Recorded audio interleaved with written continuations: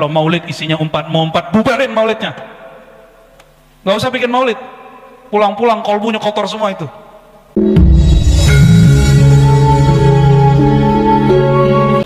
Oh, itu ada ilmunya tuh, namanya ma'rifat alam ruh. Habib juga belum tentu tahu. Kenapa ada yang lahir jadi ulama, kenapa ada yang jadi Pak Polisi, Pak Haji Limudin ini ternyata polisi, nyamar jadi ustadz, atau ustadz nyamar jadi polisi, ya nggak tanya sama dia deh ya.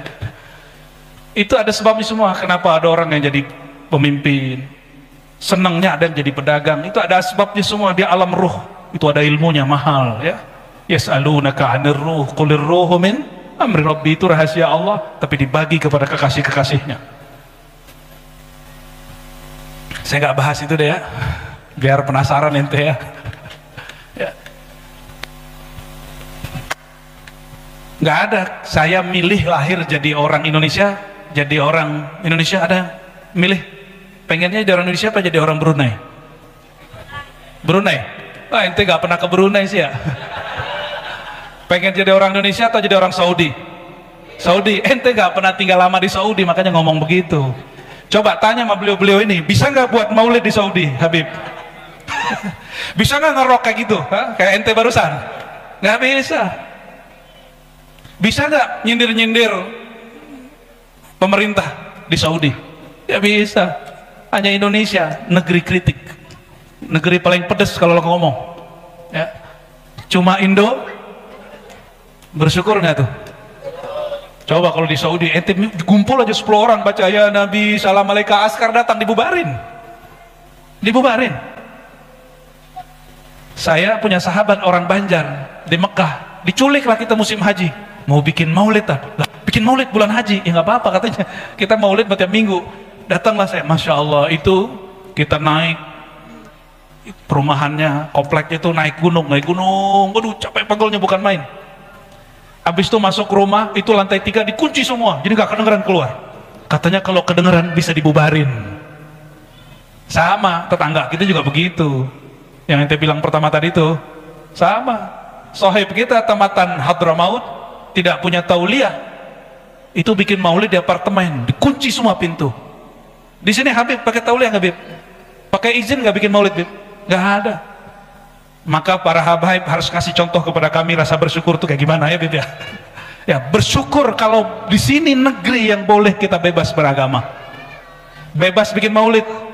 Oh ini kalau di luar negeri Pak, ini bisa dibubarin nih, udah pakai jalan separuh Pak ya, bener, separuh jalan kita udah pakai. Tadi pejabat lewat nggak dibubarin kita. Alhamdulillah. Masih protes jadi orang Indonesia. Ente cari bumi lain ya, cari Indonesia lain yang bisa bikin maulid seperti ini. Aneh taruhannya ente nggak bakal ketemu, 70.000 tahun juga nggak ketemu. Serius Pak, inilah negeri paling santuy ya, negeri paling rileks. Gimana, bersyukur nggak? Dan maulid itu bentuk rasa syukur. Jadi kalau maulid isinya mau empat, bubarin maulidnya. Nggak usah bikin maulid. Pulang-pulang kolbunya kotor semua itu. Karena sibabul muslim fusuq. Hadis sahih Bukhari. Mencaci sesama muslim, mau dia Habib tidak Habib, mau dia pemimpin tidak pemimpin, mau ulama semazhab tidak semazhab, semanhaj tidak semanhaj, mencaci mereka fasik. Dan fasik itu nama lain dari munafik.